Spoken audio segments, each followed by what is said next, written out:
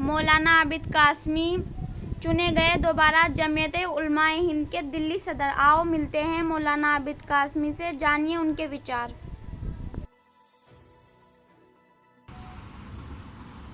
असल में चुनाव तो चुनाव होता है और लोगों की जो मोहब्बत मेरे साथ रही है वो नाकाबिल बयान है और हमेशा लोगों की मोहब्बत मेरे साथ तकरीबन 4-5 साल से चली हुई आ रही है। पहले टर्म में भी लोगों ने के ताउन से अल्हम्दुलिल्लाह दिल्ली में आप हजरात ने देखा कि कितना काम हुआ, तो लोगों की बात समझ में आई तो अब भी लोगों ने मोहब्बतें दी।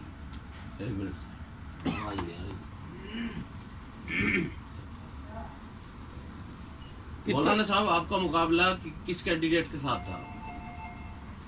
असल में जमीयत उलमा हिंद के अंदर मुकाबला कहना ये तो गलत होगा।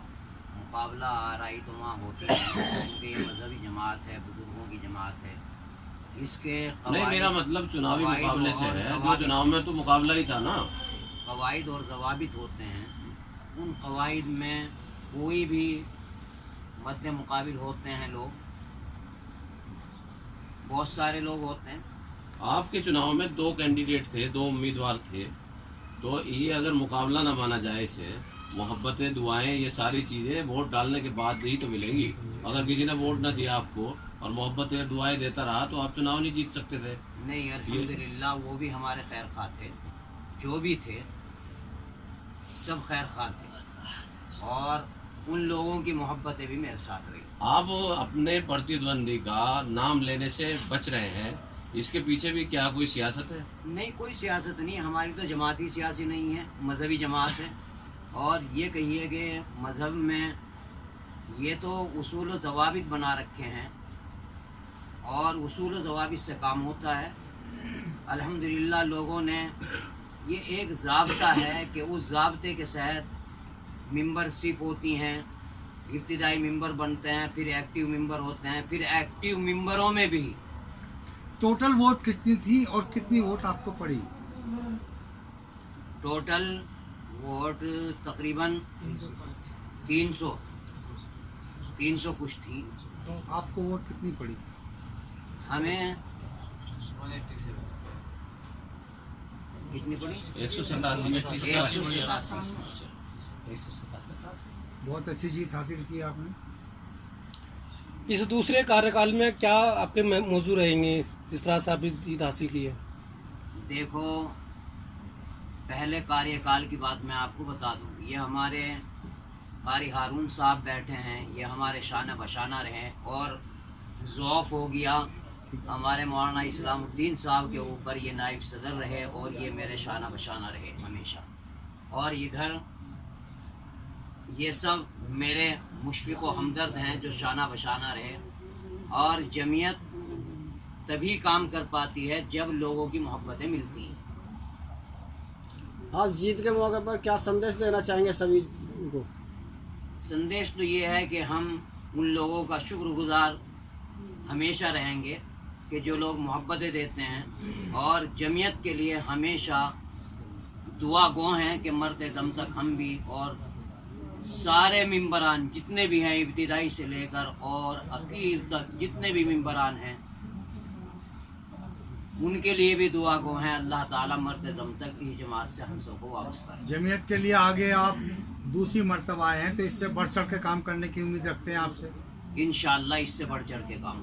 मौलाना साहब, अभी आप कह रहे थे कि हमारी जो है सियासी जमात है।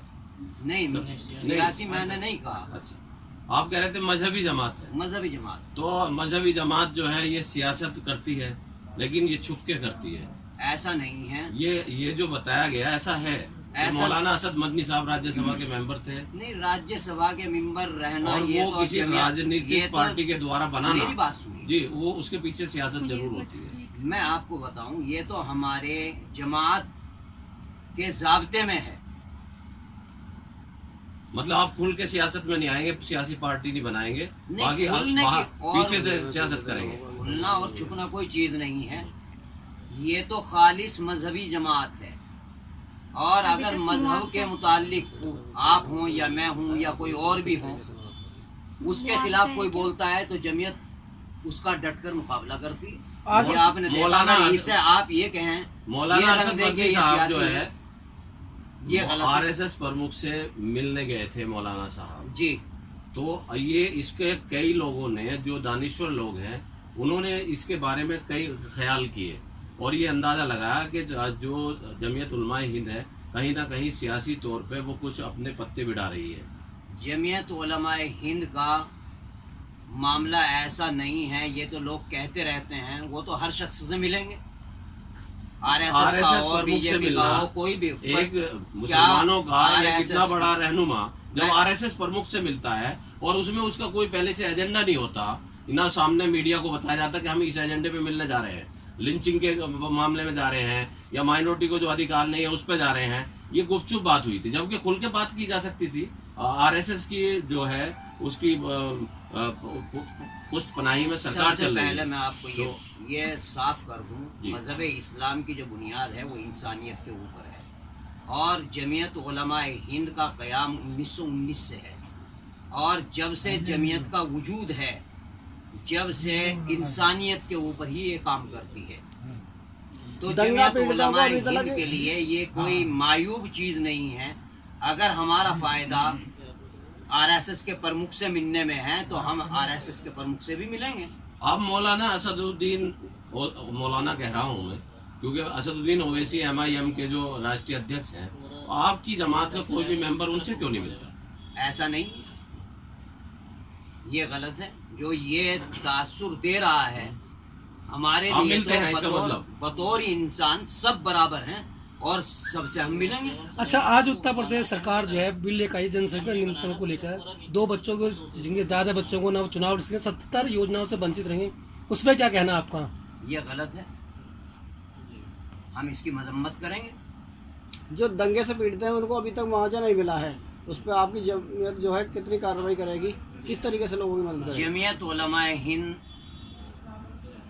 अपने तई तो लोगों को उनके पैरों पे खड़ा कर रही है। आपको भी इल्म है, गोकलपुरी की पूरी मार्केट, जिनके कारोबार तबाह हो गए, दुकानें बना करके दी, उनके पैरों पे माली ताउन से उन भी किया गया ताकि वो लोग अपने पैरों पर खड़े हो सकें। इसी तरीके से जिनके घर फूक गए थे वो घर जमीयत उलमाए हिंद ने संवार करके दिए। इसी लगभग तरीके कितने आदमियों को घर बना करके दिए होंगे? ये तो मेरे पास लिस्ट नहीं है, लेकिन शिव विहार जी में जितना भी नुकसान पहुंचा वो जमीयत ने किया। इसी तरीके से गढ़ी मैंडो में जो नुकसान पहुंचा वो भी जमीयत उलमाए हिंद ने किया। गोकलपुरी मार्केट में जो नुकसान हुआ वो भी जमीयत उलमाए ने किया।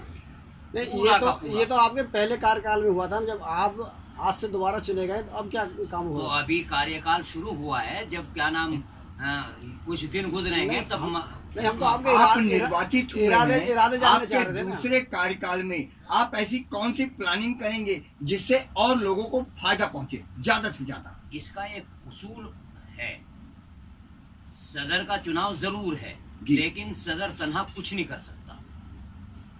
बाज़ाब्ता आमला बनेगी और आमला में जो चीजें तय होगी उसके ऊपर अमल किया जाएगा। मौलाना साहब, पिछली बार मीठी ईद पर दिल्ली प्रदेश अध्यक्ष होने के नाते आपने ईद किट के नाम से मुसलमान के काफ़ी परिवारों को या इंसानियत के लोगों को काफ़ी किटें बांटी थी। क्या अब जो ईद आ रही है उस पर भी कुछ ऐसा प्रयास है आपका?